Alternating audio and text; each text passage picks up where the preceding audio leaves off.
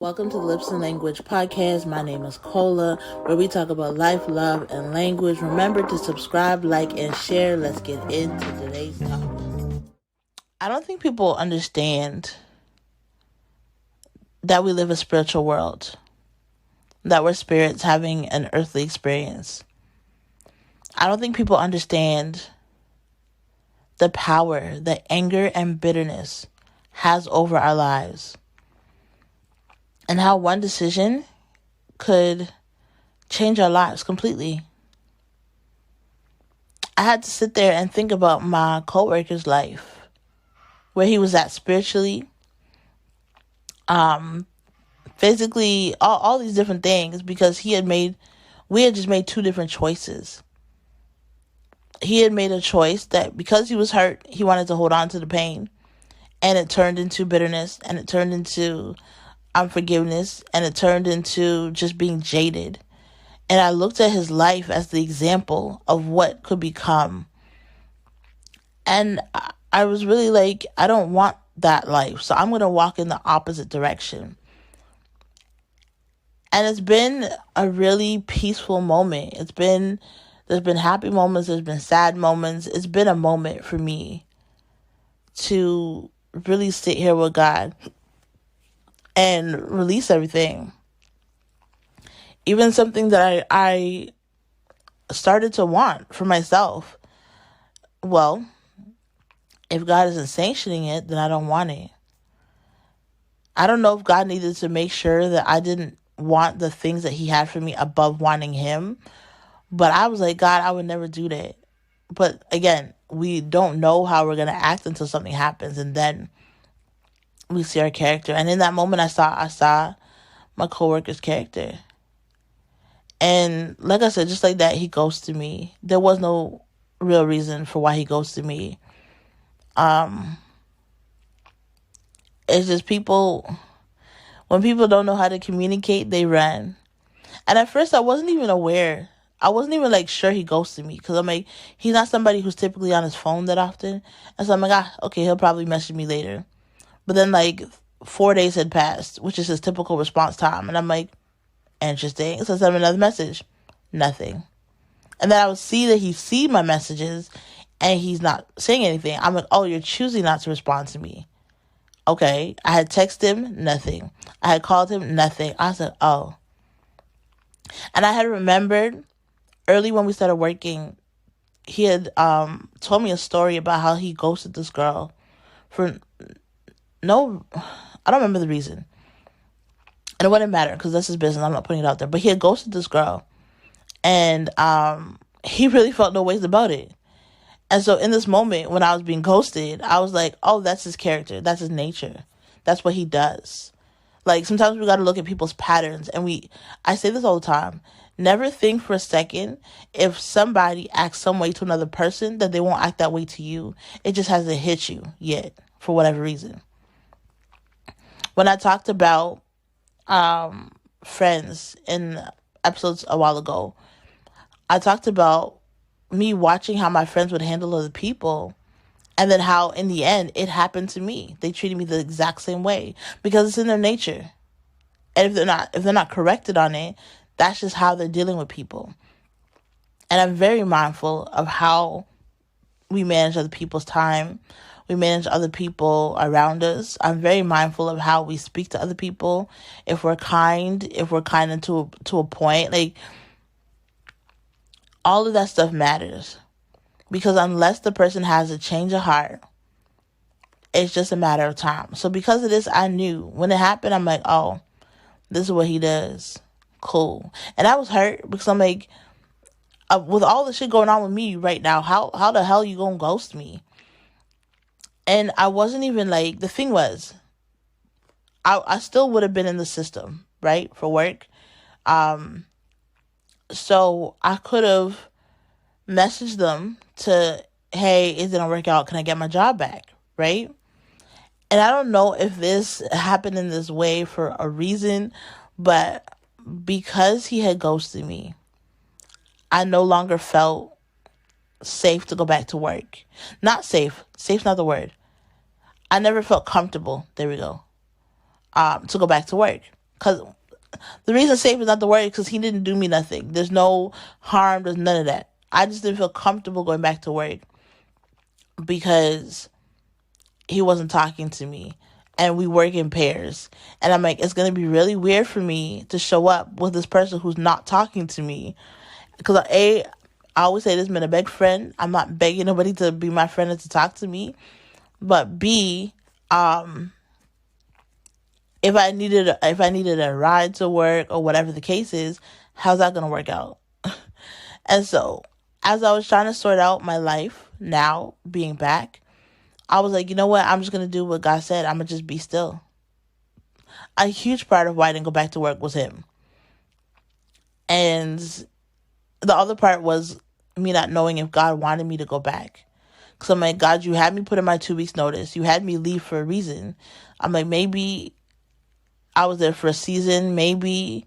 And I knew, the thing is, while I was at my workplace, I had gotten a dream years prior that I would meet my coworker. The dream matched up very specifically that I was meant to meet my coworker. Meant to speak to him, meant to talk to him, meant to interview. I was meant to meet him. So I know I'm like spending so much time talking to this one coworker, but this is the reason. I had a dream years prior, before I could even know about this workplace, that I was meant to meet this individual.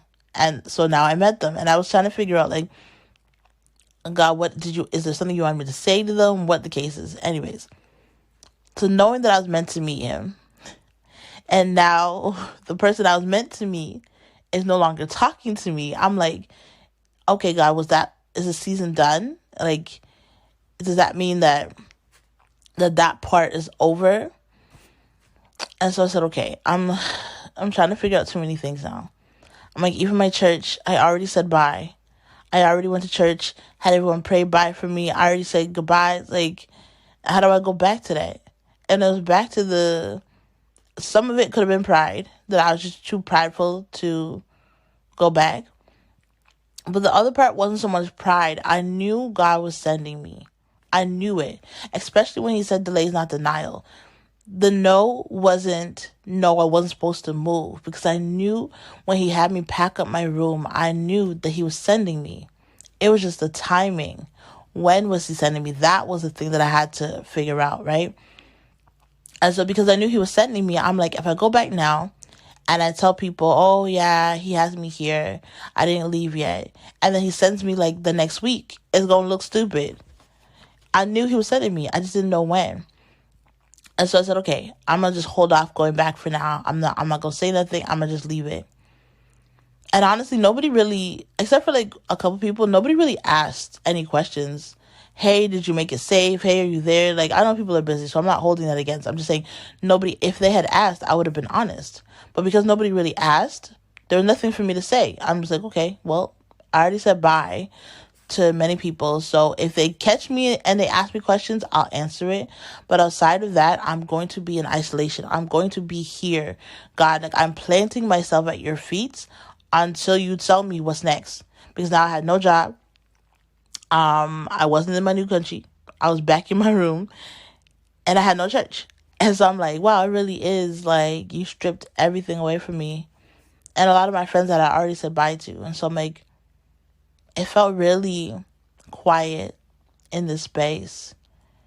And I was just fasting and praying and fasting. Like, that's what I was doing during that time. Because I didn't know what to do. I didn't know where to go. I didn't know what was next. I just knew that he said, be still, and delay is not denial.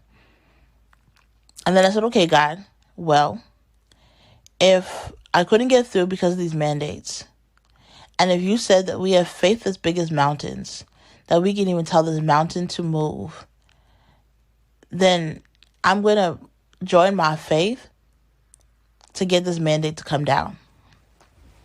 I mean, that's what it is. This mandate has to come down. Because if you're asking me to leave and this thing is in place, being a big block boulder, then I'm going to just pray for it to come down. And I'm not going to leave until it's down. And so I had asked a friend of mine at the time, I had brought this idea to her, And I'm like, I feel like we need to pray, but we need to pray at midnight. And we gonna knock these borders down. Like, we're gonna knock them out. Like, God is gonna move on this thing, and it is going to be torn down so that I can leave. And as we started praying, it started becoming more and more evident that it wasn't just about me leaving Avi. It was about all the people attached who needed to leave this country. It was about all the people who were not able to see their loved ones because of this mandate in place. And I just knew that God was going to do this. I'm like, sometimes he blocks one way to redirect you to another way. Because had I gotten through by plane, I would have no reason to pray down the mandates, because I'd already be over, right? Like, I'd already be over there. But because he blocked it, now I'm going to tear the whole system down. Like, that's what we're doing. There is no other way. And we started praying.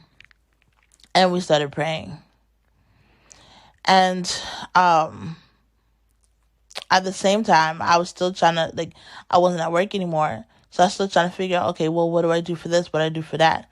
I had to figure it out, right? And one of the things that I needed, so I was trying to buy a computer before I left, but I just didn't have enough for computer plus ticket and all that other stuff. I wanted to get a computer back because my computer had had gotten broken. And so we're praying, and the next date that I hear something was going to happen was like November 11th. Now, as we're praying for the mandates, Canada drops their mandates. So Americans can now come over without needing, or not just Americans, but people can now come to Canada without needing vaccination. And the thing that was happening was I was supposed to leave September 28th. That's when everything was still quiet. And I had been in different chat groups, and people were getting over, some by flight and some by the ground. Well, the minute that the 30th, so 2 days later, the minute that Canada had dropped their restrictions, instantly in all the group chats that I was in, so much more people were getting denied. Because now that the border security was aware that the mandates were down, it's like they knew more people were going to try to cross, and so they like put their guards up. And so now all I was seeing was people were denied, and they were getting denied with like having to appear in court and some other things. And I was like, this is wild. Like, had I left 2 days prior, I would have been okay. But now it was almost like if I even attempted to leave, there was a really big risk that I could be like, I have to go to court, and they might deny me entry into the United States, or all these other things was happening. And so I'm like, okay, I'm not moving. I'm not leaving. I'm going to stay put, and I'm going to pray. So here comes November now, and I'm looking at, I had done a reflection of all the things that had happened since me not going, right? Since me not being able to go to the States. And I'll probably do it in the next video or the next conversation. But it was such a beautiful thing where things started to fall in place that I had started from prior to leaving. So, for example, my bank account for my business, my lips and language business, I had started it prior to leaving. I started in August, but I was missing something. I was missing one thing, and so I couldn't complete the process. And then the banking lady had gone on holiday. So now that I was back, I had called her. I'm like, hey, are you back? Can we finish the application? And she's like, yes, absolutely. And the thing that I was missing was so minute. It was so small. I was like, man, I don't even know why I didn't do this prior to. But went into the bank, got my account. And the account number, I can't say it here, Avi, but my account number was so specific that I knew God was talking to me. Like, it was such, like, the numbers lined up that I knew he was talking to me specifically. Like, the numbers all had some significance to my life or to my situation. And I was like, God, that's amazing. And so there's that got completed. And sometime in November, my friend, the one who was praying with me at night, she's like, "Hey, I have this gift for you. Can you come to church?" Now she goes to church within my city, but I didn't have a car, and so I said, you know what? Yeah, I'll come. And I decided I was gonna walk. Now, by car, her church is like 10 minutes, maybe 13 minutes away from my house. By walking, so I decided I was gonna walk that day. I had fasted. I didn't eat anything, but I'm like, I'm gonna just do it. I'm like, it can't be that far. It's just like right there. It was a 2-hour walk. And partway through, I really wanted to give up. And because I'm like, I'm walking there. I don't even know what I'm walking for. I'm like, she could have like a $5 Tim card for me by the time I get there, for all I know. But I'm going to walk. And it was a good walk. Like, it was a beautiful walk. Like, I had seen so many different things along the way. Like, it was so nice. But I had asked my dad, I'm like, I'm going to need you to pick me up because I'm not walking this back. And the reason I didn't ask him for a ride there is because he was busy. But by the time I got there, he would have been free. So I said, cool. And so I did this 2-hour walk to her church. When I get there, like, people are like, oh, how'd you get here? I'm like, oh, I walked. They're like, from your house? Like, how? I'm like, yeah, 2 hours. And then she presents me with a new laptop. And y'all, I cried. Because I didn't expect it. Like, I really didn't expect the gift of a new computer.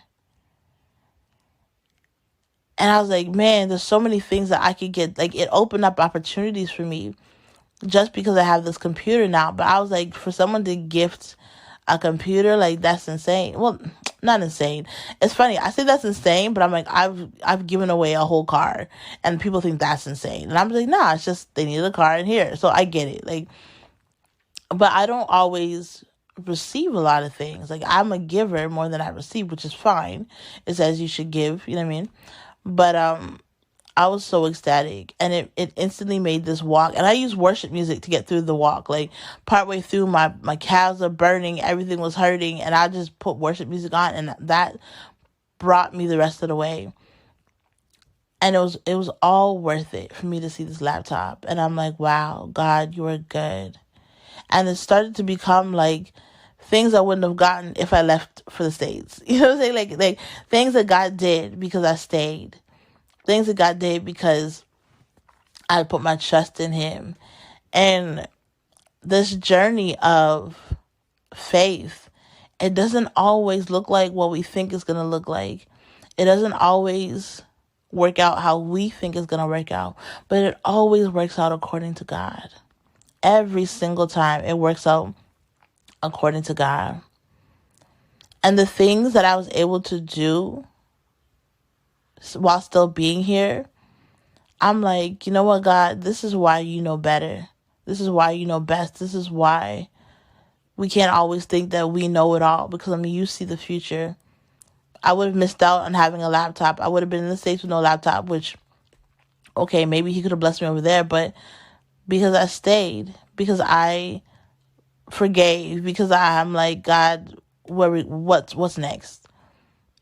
I got my bank account for my business, and now I got a laptop, and I was overjoyed.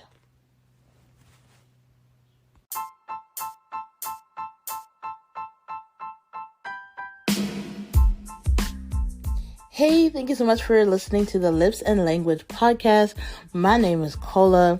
I am so excited that you are here. If anything I said today resonated, then get in touch with me. I have an amazing mentorship program. It is for those who feel misunderstood, overwhelmed, going through grief. It is truly an amazing time. If you want more info, hit my website, lipsandlanguage.com. And if you want to get in touch with me, you can hit it up on the website or DM me. I have a free gift for you, and I would love to be in contact with you. Whatever you decide, just know that healing, it looks good on you. And I'm so excited that we get to do this journey together. Have a blessed day. And if nobody told you, I will. I love you. Enjoy your day, and we'll talk soon. Peace.